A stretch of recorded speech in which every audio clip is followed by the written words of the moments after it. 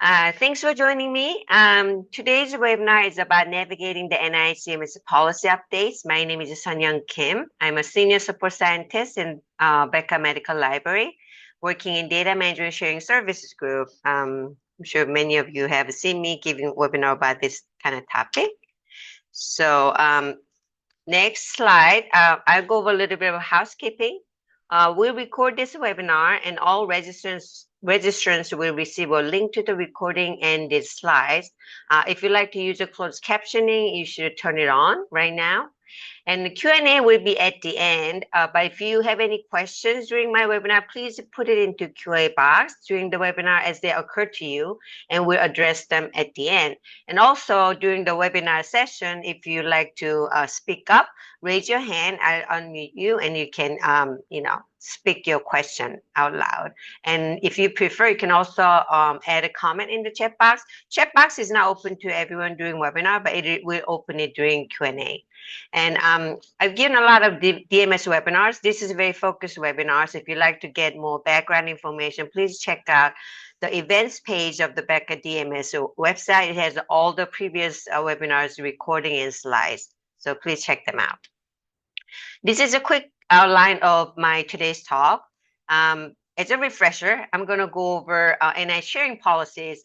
Keep in mind, there are multiple sharing policies. NICM policy is just one of them, but they're kind of interrelated, so you have to consider them all. And then we'll go over 2023 NIH DMS policy requirements and scope. And I'm going to talk a little bit about DMS plan versus research sharing plans, because this comes up quite often. And I can tell you which one has to be captured in research sharing plan versus which one has to be captured in DMS plan. And then I'm going to go over the major updates to the NIH DMS policy that came out last year and, going into effect this year, and the resources you can use to stay up to date about all things about NICMS policy, and we'll take Q&A. Before we go into my webinar, I'm going to take a quick pause. Actually, if I don't see the polls anymore, can you help me? Lucas, can you roll the poll questions? Okay. So, launch. Okay. Okay, could you answer this question for me? Have you written a DMSP or assist a PI in writing a DMSP for an NIH application? So, great. Many of you have written or assist a PI. And some of them haven't, but will soon. And I've never done it yet. Some people, but feels like at least 60% of them at least have. So that's good. We're gonna end the poll, and this is, I don't know if you guys can see the results. That this is about 43% says yes, 22% said no, but we're soon, and then the rest said no. Let's go back, and the second one we're gonna do is, have you submitted an annual RPPR since October 1st of 2024? This one, I assume many people have not yet. Yep, most people have not, and some have. That's good. About 58, almost 60% of them have not, and then 25% have. Not applicable. That's okay. Okay. Thank you. So I'm gonna end the poll here. So the next question is, oops. Okay. Is it launched? Can you guys see it? How familiar are you with the DMS policy? Very familiar. I don't think it got launched somehow. Yeah, your third question is not. Yeah, it's just the launch button is inactive. All right, little technical issue here. So let's go to, it's inactive. All right, we might have to skip it unless you can fix it quickly. So that is weird. Okay, so we might have to go. Sorry about that. Somehow the poll did not function well. All right, now let's talk about all the sharing policies that NIH has. So NIH has a if you go to sharing.nih.gov, this is what you will see. And then there are sharing policies about data and resources. If you click on this button here, it will say which policies apply to my research. So if you answer a couple of questions, it will tell you which one applies to you. So data management sharing policy, this is a 2023 version, and there's a genomic data sharing policy. And then there's a 2003 data sharing policy and model organism sharing policy and research tools policy. This is most relevant. And then this is about publications. There's a public access policy. We're not going to talk about that. We have experts in our team. Kathy and Amy can give you a good presentation about this one. And then if a study involves a clinical trial, you are subject to the clinical trial dissemination policy. And NIH also, each institute and center sometimes have their own sharing policy. So let's say this is umbrella policy and this is IC specific policy. For example, NIMH has its own DMS policy, which has I call it seventh element called validation schedule. So if you're applying for NIMH, you have to consider those. So please just check that out.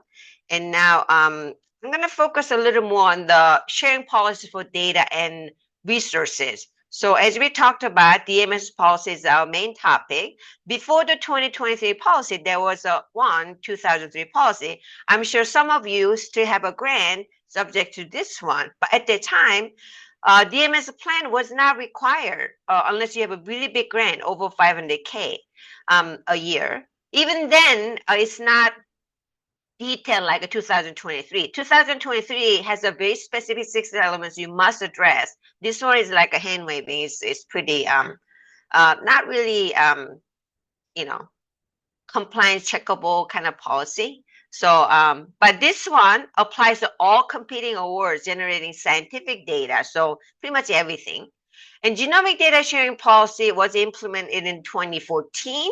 And if you click on this one, it will have all the list of what constitutes study that is subject to GDS policy. Please check that out. And then that one has a very specific data submission and release expectation.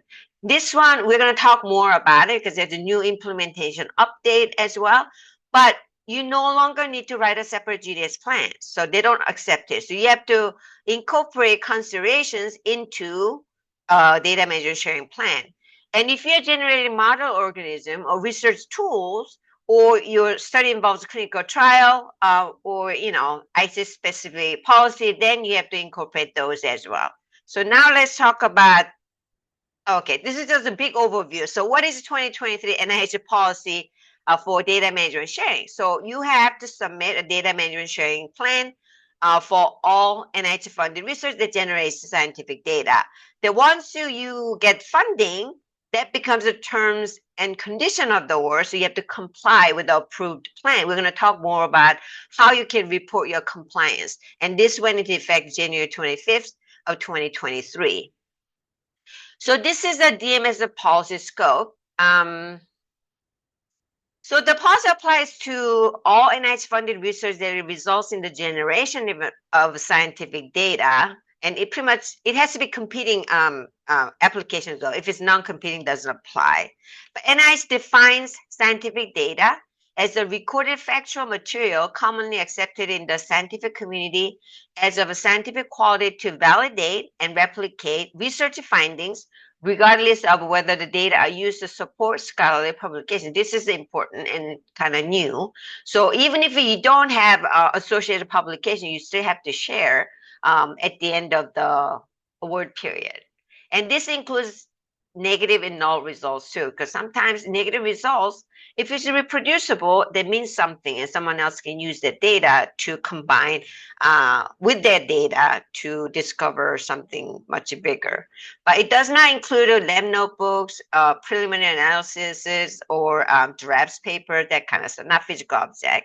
So please check out this complete list of NIH activity codes subject to DMS policy before you apply for a grant. And most of them does apply. So now let's talk about DMS plan research sharing plans. So data management and sharing plan is required for pretty much all application if your study is subject to the DMS policy, and it's about data. So it's about managing data versus research sharing plan. It's not always required.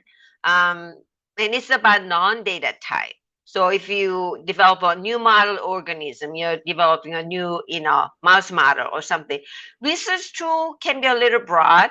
So, if you're developing research tool, you're supposed to share. So that one you have to kind of explain, but it's a non-data. It can be software sharing, but it can be other materials, not data.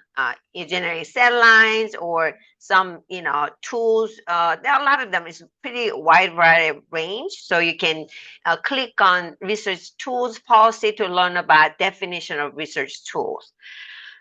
Versus data management sharing plan, you have to incorporate GDS policy consideration, and also if your study is subject to clinical trial dissemination policy, you gotta mention that one as well. So I get questioned all the time, so I just want to clarify which one goes into what plan.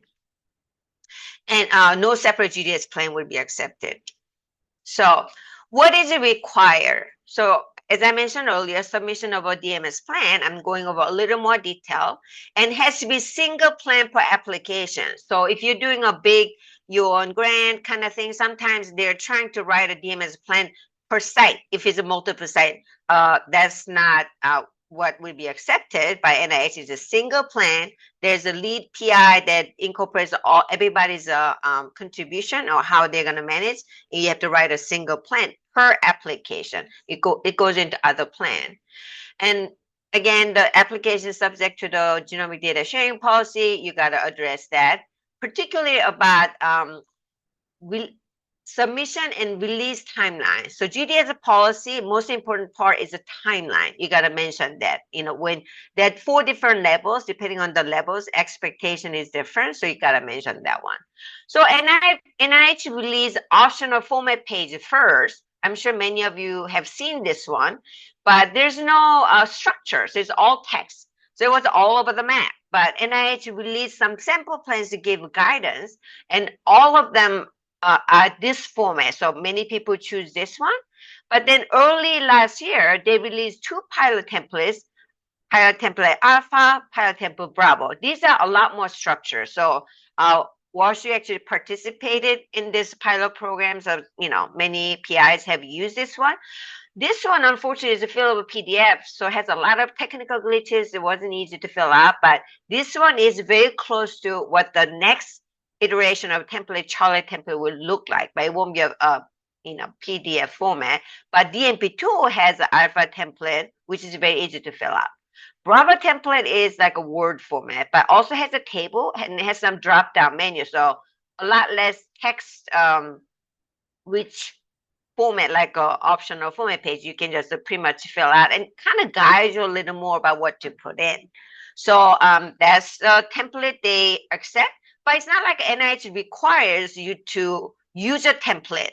As long as you address all 6 elements, they're fine. It's all optional, but using a template helps you address all 6 elements. So that's the fact. So once you get funded, now you have to follow the DMS plan and comply with it. And annually, you have to report what you did in research performance progress report. And I'm going to talk more about how you're going to report that, because that's the change that came out. And if you it's not set in stone. You're allowed to make a change. So if you need to make a change in your DMS plan, you just have to submit a revised plan with the justification, rationale, and justification. If it affects the budget, you have to submit a new budget proposal, and using the different either prior approval module or RPPR. We'll talk about that later. So it's not set in stone. You're allowed to make a change as long as you provide justification for it. So let's talk about 6 elements of a DMS plan. The first element is about data type and amount. So there are 3 subsections. Element 1A is about types and amount of scientific data expected to be generated in the project. B is about which data will be preserved and shared. They pretty much want you to share everything. If you say, I'm going to share only this one, they will ask you, why you're not sharing the other one. So you have to justify for limiting sharing of the data. Element 1C is about metadata and other relevant data and associated documentation.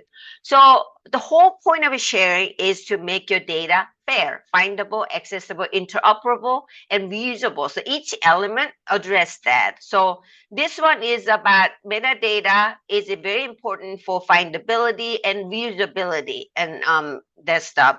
And element 2 is about related tools or software or code. So you have to provide the names of the needed tools and software needed to access or further process shared scientific data. So I want to emphasize that it's not the tools you use. So you can use a proprietary tool, but when you share your data, you want to convert it to open file formats that others can open with the publicly available. That's what this element is about. Let's say you develop a custom script or software, then you just have to make it available through GitHub and some other coded repository. So that's why you need to emphasize. I've seen many PI just write all the software they use to generate the data. That's not it. This is about what tools others will need to access and process your shared data. So that's what it's about. Element 3 is a standards. This is all about interoperability. So NIH wants you to use community accepted data standards and ontologies. So others, if you use all same language, it's easy to compare and incorporate and reuse your data. If everybody use their own names, then nobody else knows, then it's not going to work. So that's what this element is about. And the best source for that is fairsharing.org. So if you go there, you can find all kinds of data for your data type.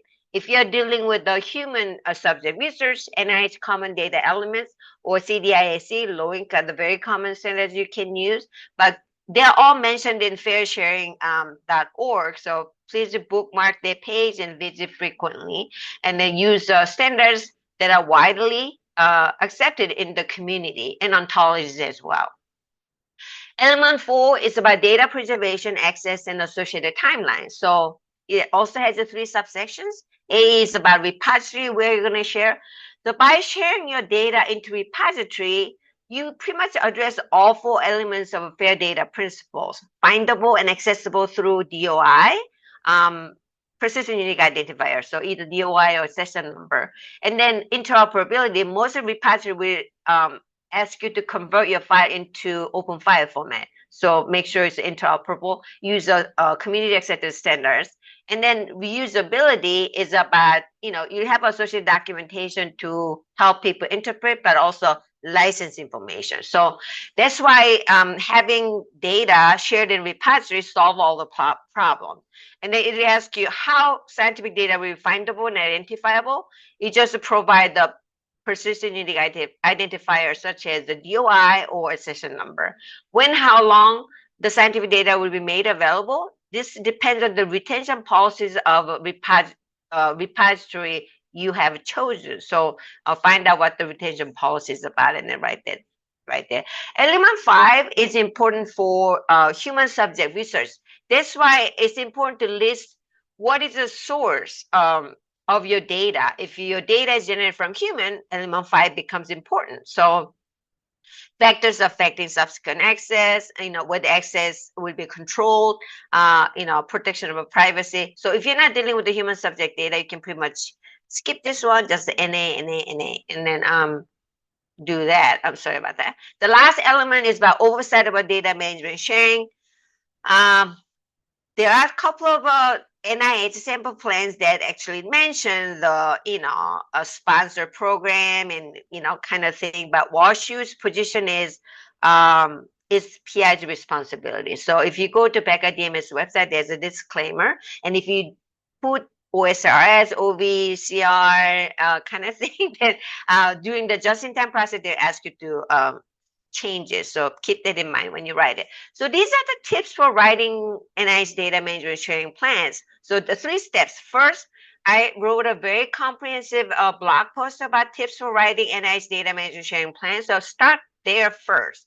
There are 3 general tips. The first one is you have to have a disclaimer. Check if your study is subject to GDS policy, whether it's subject to clinical trial dissemination policy, or secondary analysis. That actually tells the NIH officer, whoever is reviewing data plan, what to look for, because they determine other elements. So that's very important. Disclaimer one, and then decide, whether which repository you're gonna use. If you select that one, it really helps you. So once you read and then I have a general tips and then I have element specific guidance. So check that out first. Once you read that, then you check out the sample DMS plans on our website. So we have NIH sample plans. We have 27 total from, 7 different NIH Institute, and you can check it out. And it also tells you what the topic is about, whether it's a clinical data, genomic data, or survey instrument and stuff like that. NCI has something very interesting about social media posts. So if you're working with that, check that out. And then this is very, very useful to everybody uses. This one is example DMS plans in our own grants library. So these are written by WashU PIs. It's vetted by our team, Becker DMS. We reviewed and handpicked these example DMS plans to be used by other PIs who are writing the DMS plan for the first time. If you go there are 2 folders. Under review folder, these are the DMS plans submitted, but they haven't got funded yet. But doesn't mean DMS plan is not good. There are tons of good ones there.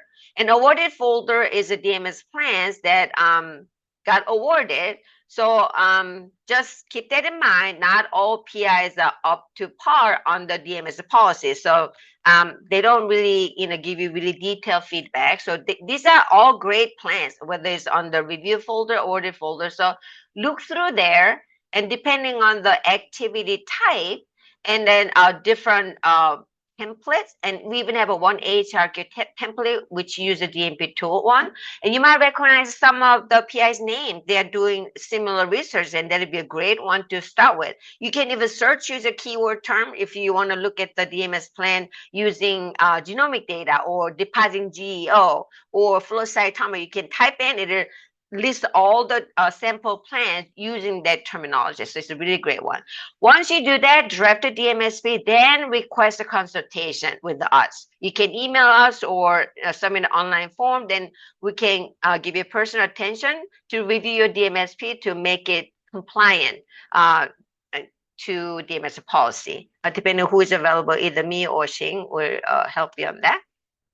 So I'm going to go over tips for writing element 1 DMSP very quickly.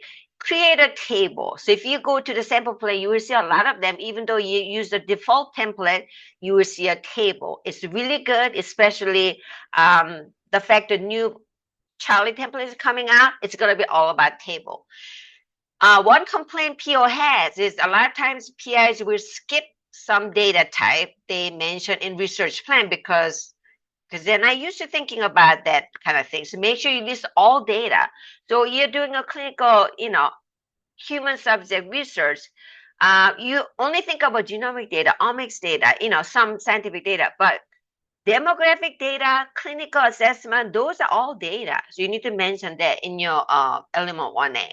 And recommended fields to include in the table is a data type. Data description definitely should mention source, whether it's coming from human, animal, cell line kind of thing. That determines the release timeline, access type, protection, and all the rest of the elements. And then include a shared file format because that will be tied to standards. It has to be open file format. And then amount, they ask you to put down amount, how much data you generate. It can be in terms of how many samples or human participants or real file size into as a gigabyte or terabyte kind of stuff. But make sure you enter that because that's another, common mistake people make. They forget to put amount. And the Wikidata repository. And if you happen to have a multiple site study, you can organize this one per site, and they can organize in many different ways. But having this table really helps you write the rest of the elements very easy. You can just refer to as you describe element 1. You don't have to write in detail. I've seen many DMSP, they just put the wrong information into different element, which doesn't belong there, or repeat the same thing over and over. So make it unnecessarily lengthy. So you just answer the question they're asking, and using the table, you can just refer to it. You don't have to repeat anything. So that's a great way to do it. And they want to know how you manage before you share. So mention that one as well. This becomes important, especially if you're paying for it. Like, red cap is important because, HIPAA compliant. But risk storage, if you're paying for, extra storage and you're going to request a budget for it, make sure you mention it in your DMS fee, because you cannot ask for DMS budget without mentioning it in your DMS plan. So that's the last sentence I just mentioned. Okay, the next, I gotta go. Okay, I don't think we have time for it, unfortunately, because this one takes a long time to load, but I highly recommend you to watch this video, because really it's only 6 minutes, but it goes over really nice detail about what you can put in as a DMS cost. And most important thing is, many people put 0, but it's just wrong. And NIH knows it, and they're going to ask you to change that. They're working on the cost principle. DMS cost cannot be 0. You just have to think about which cost belongs to DMS cost. So most of them are labor costs, personnel involved in data curation, such as converting files into open file format. De-identification can be very expensive. That is a DMS cost. Common de-identification costs. Welcome to FASTIV DataWorks videos. So in this series of short videos, we guide life sciences researchers through key topics in data management. Today, we're focusing on how to budget for data management and sharing in your grant application to the National Institutes of Health. When the NIH rolled out its new data management and sharing policy in January 2023, one of the changes was to include financial support for data management and sharing in their grants. This video will cover what you need to know about planning the budget for your data management and sharing plan for an NIH grant. Before we get started, you should know that this video is a general overview aimed at those with some background knowledge of grant writing and data management processes. However, policies will... I'm sorry, I don't know if you guys can hear it. Can you hear it or not? Oh, okay, sorry. It paused it. Vary by institution and NIH office, so check with your institution's Office of Research or Office of Sponsored Programs and your NIH program officer. I'm sorry, you are ever in any doubt. First, let's go over allowable and unallowable costs. Generally speaking, NIH allows you to budget for any costs of data management and sharing that are unique to your project. For example, you could budget for buying cloud storage for your project. However, if the cloud storage you buy would be used for many different projects, that is considered an infrastructure cost and is not allowed in the grant.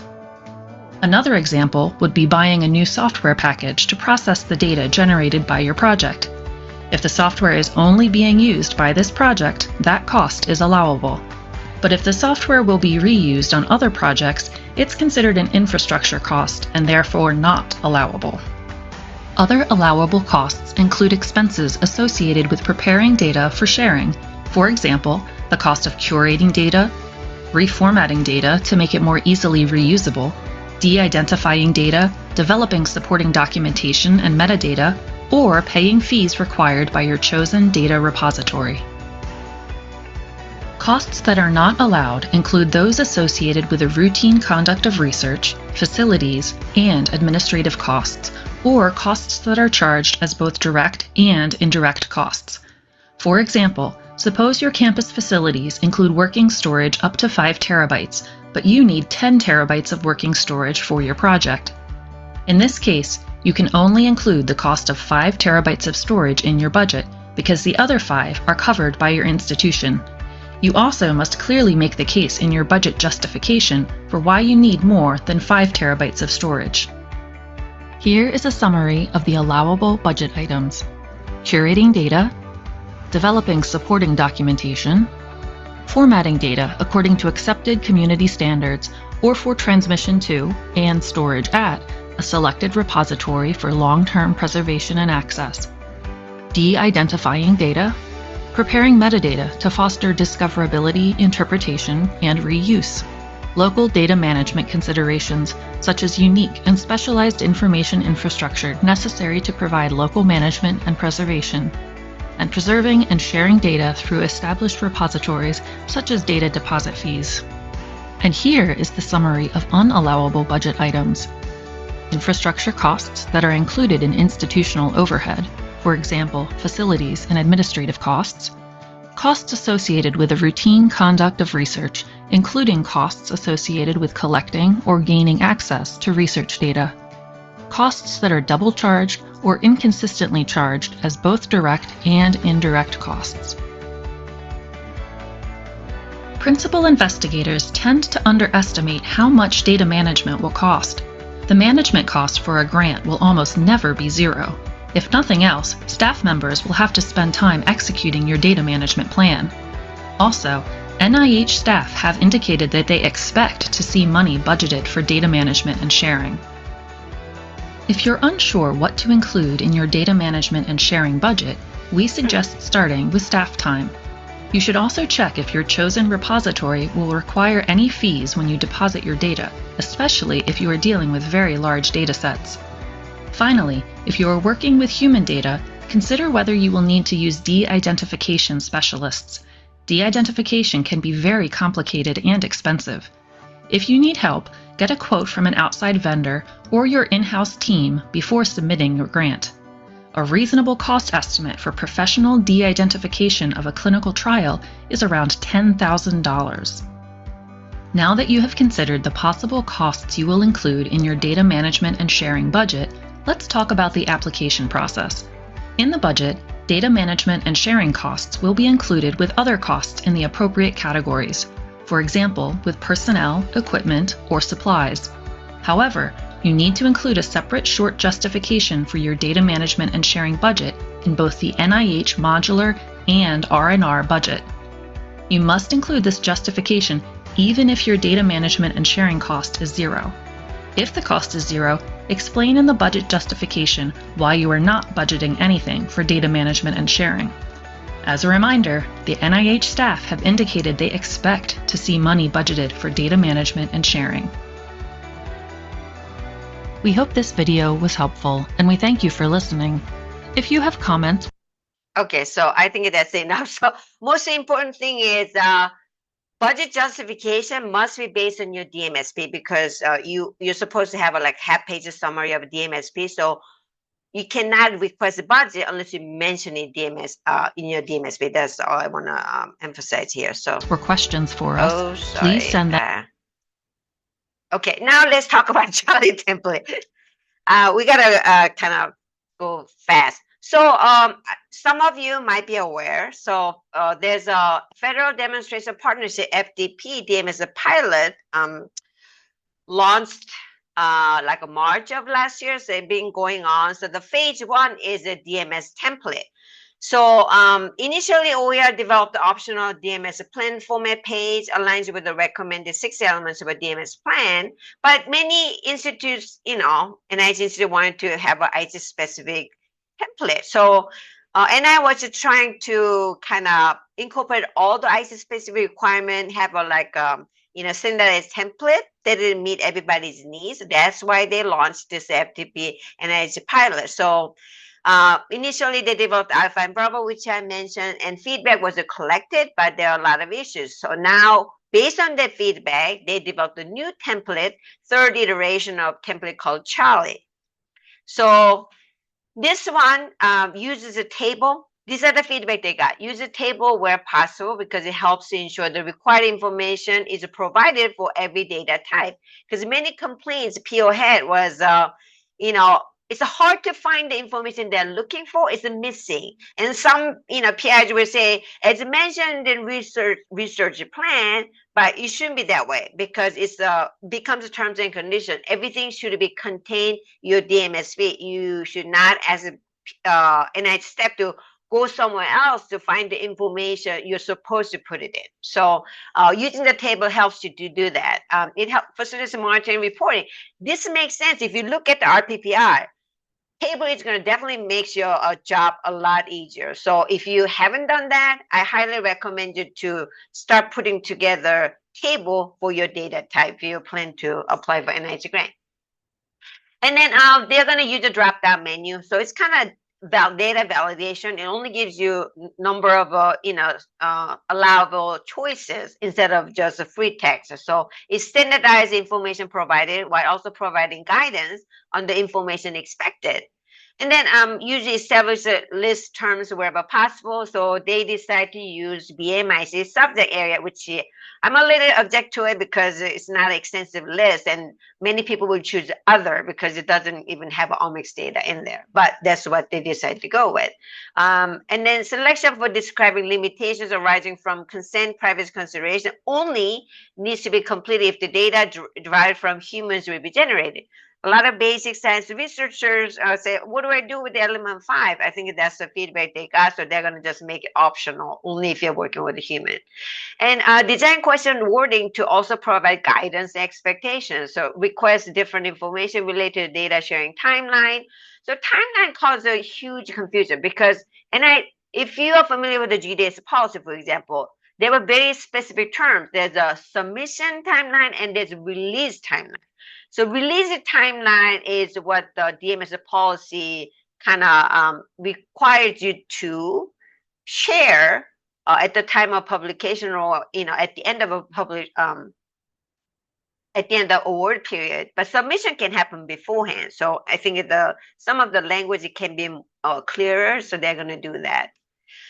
So what do we know about the Charlie template so far? This is what we know. So most of the elements will be captured in a table format. And this is the NCI DMS example template. NCI was a part of the partner in developing this template. So this is a good indication. I've seen it during roundtable, and unfortunately they don't share, so I can't really share that with you. But check this out. Data types, data to be shared, brief description. This is element 1, ABC. And then software, this is element 2. Data standards, element 3. Repository, element 4. Estimated sharing timeline, it's a part of it, element 4. So, and element 5 is a little missing, but only if you work with human data, it'll be separate. And the oversight. So pretty much all 60 elements except for element 5 is kind of included in this table. And if you organize this table per data type, it will be so much easier to report your activity, DMS activity in RPPR, which we'll talk about later. And DMP tool template for Charlie has been already developed, and we're going to do user acceptance testing in February. Expected release timeline is March of 2025. So it's coming out in the next month or two. And what we don't know yet is whether it'll be rolled out as a mandatory DMSB template, eliminating all of the templates, or it'll be rolled out as another pilot template. We don't know for sure. So we're waiting for the announcement. So now let's move on to the process for requesting revision to approve the DMSP. So there are 3 timelines. So you can do it before you get award, but it's kind of weird way of saying revision to approve DMS plan. So just in time, you're not approved yet, but you're not going to be rejected because this is when you get a funder score, everything is ready to go, but they won't issue notice of award until your DMSP is adequate and complete. That's what they meant. But this will be typically requested by PO, or the PO doesn't raise any red flag, but WashU OSRS will raise a red flag if you put either OSRS or OVCR. So they ask you to revise element 6 to change the responsible party to PI, not the OSRS. If the revision request is made by PO, and then they'll ask you to update your DMSP and they share it with them via email until it's acceptable. So once it's acceptable, then the final PDF must be submitted by a signing official, not you, not PI, using the DMS revision section of the just-in-time screen in ERA Commons.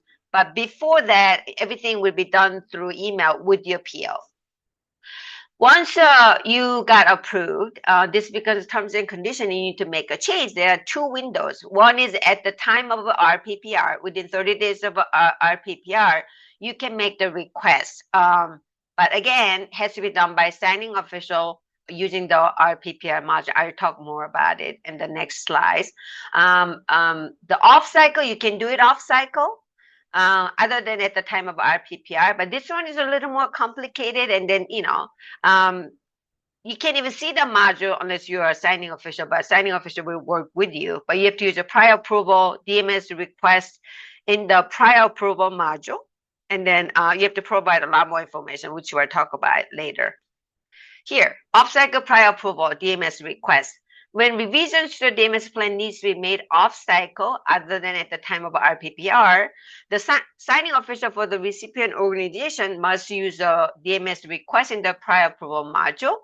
And this screen can be only seen by SO, signing official. Your PI won't be able to see it, program director won't be see it. But signing official requests this information from PI: effective date of change, justification for the change, if it affects the budget document, and then propose revised DMS plan. But this request has to be made at least 30 days. I got the 45-minute warning. Okay. 30 days in advance of the request change. Until they approve it, you're still bound by the previous approved DMS plan. So make sure you make the request. For example, if you have to change the repository, so make sure you make the request beforehand. So the significant changes that require revision of request, let's say you're changing directions, you're going to generate different types of data, or you can't meet the timeline of sharing as you stated in your DMS plan, then you have to make the change. And then you have to change the repository. That's also considered major change. So let's talk about how to report DMS plan activities in the RPPR. So this was released recently, applies an RPPR effective October 1st. But this only applies to RPPR if your award is subject to DMS policy. So if you're doing RPPR for the grant that was approved before, then you're not going to see this. But if you are subject to the DMS policy, you're going to see this one. Whether data has been generated, if data has been generated, have you shared it? If you shared it, where did you share it, and what is the DOI? And that's you have to report it for each data type, and it'll generate a nice table like that. This is a quick screenshot. So this is a section you will see in RPPR. If you click on add DMS information, it will open up this window. Then you have to describe your data type as you mentioned in DMSP and answer this question: has the data been generated? Yes. And then you say has been shared. If you say yes, then you have to describe the repository and then DOI or session number kind of thing. If you click no, then this will pop up. Then you have to describe why hasn't it been shared. So you have to provide justification. So once you do that for all your data type, it'll generate this kind of table.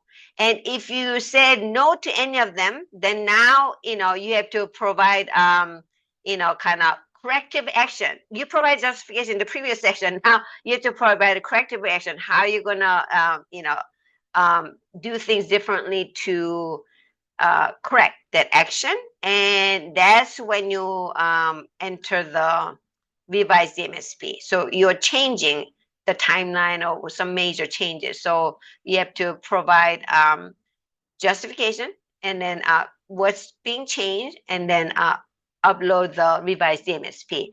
If there's no change, then just click no change, but it has to be all yes. Now, the last one is security requirements. So NIH rolled out new security requirements for accessing data in NIH controlled access repositories. This one caused a huge commotion lately. And then WashU had the two community webinars, not WashU, NIH had the two community webinars about that, and then WashU has its own research forum. So in a nutshell, this updated NIH security standards called the NIST 800-171 for users of control access data and the NIH supported repository that store control access data and NIH systems like cloud systems that provide access to control access data will be included in new or renewed data user certifications or similar agreements effective on January 25th of this year, 2025. So I highly recommend you to browse this 20 NIH control access repositories because it's not just genomic data. I know the original notice was issued tied to GDS policy, but during the recent webinar, Dr. Jacobs actually confirmed that it applies all data that requires controlled access. So please check out all these 20 repositories. Like NDA, has a lot of non-genomic data still that requires control access. So the other data repositories. So if you need to access data to any of these repositories that requires control access, you are subject to this new security requirements. So check that out. So key takeaways. So NIH now require institutions accessing control access genomic data, not just the genomic data, but that's how it came out in the beginning. To comply with the NIST 800-117 security requirements, it applies all new data user certifications or renewals after January 25th of 2025. The requirement aims to enhance data security for non-federal institutions handling control access data. NIH gives you a little, flexibility. So if you don't have the system that meets the compliance, they will take the plan of action and milestones to document security gaps and outline remediation plans. But POEM acceptance is contingent on NIH review and approval, ensuring organizations actively work towards compliance. So these are the recommended actions for users. NIH wants you to use NIH-supported secure cloud platforms that meet NIST 800-171 security requirements. Oftentimes, they have a built-in analytical tools in NIH cloud platforms for analysis, reducing external processing needs. Please do not download or store controlled access data on local servers or personal devices, which you won't meet this security requirement, and pay close attention to institutional security policies, which will get revised, and use a plan of action and milestones. A full NIST 800-117 compliance is in progress. So WashU had a researcher forum to discuss this. These are the options for affected WashU researchers.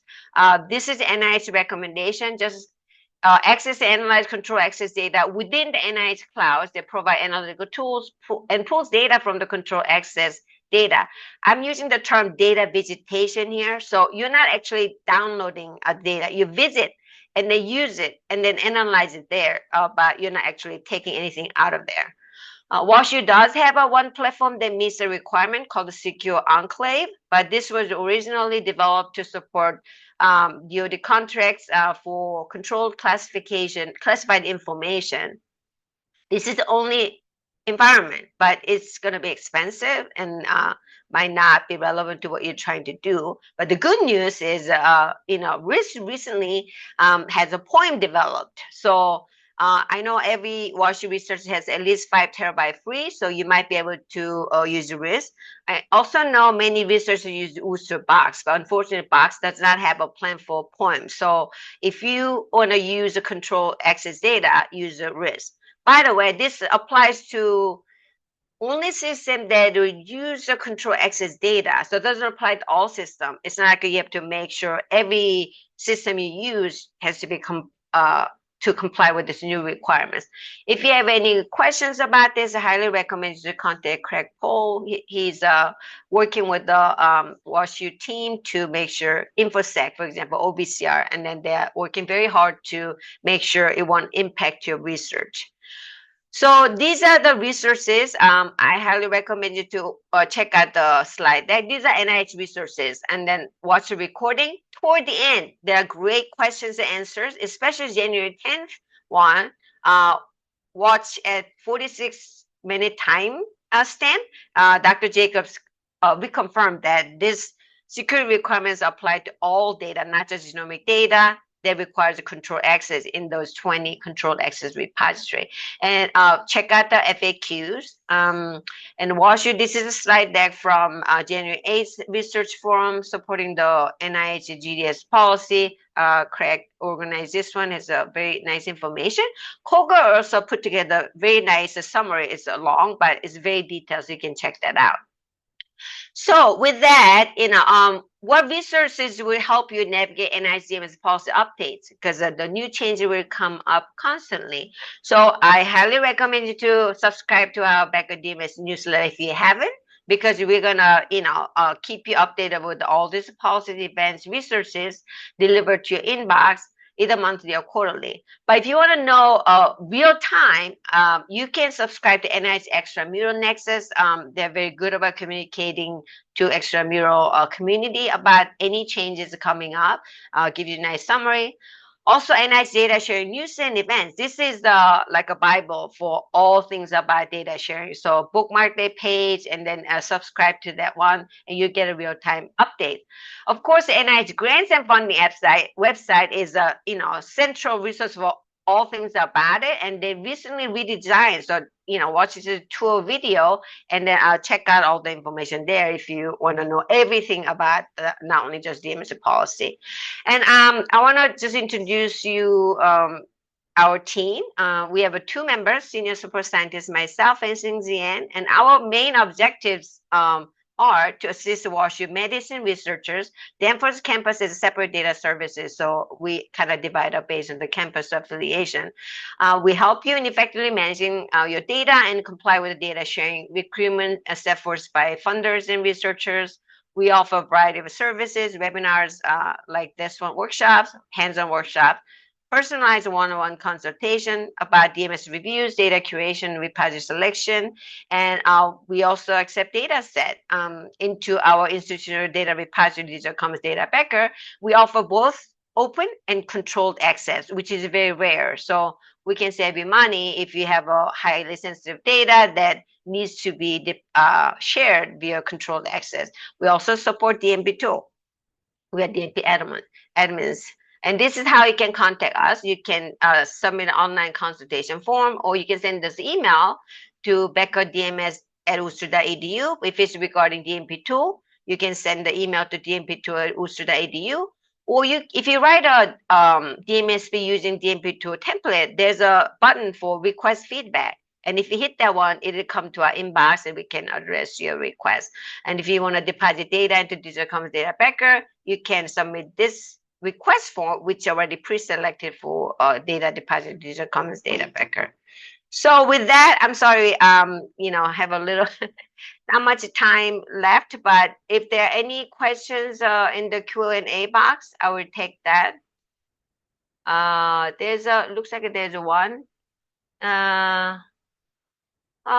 In case it's helpful for the group, our program officer post-review asks us to submit a table for Element 1A with all types of data to be generated and the numbers expected.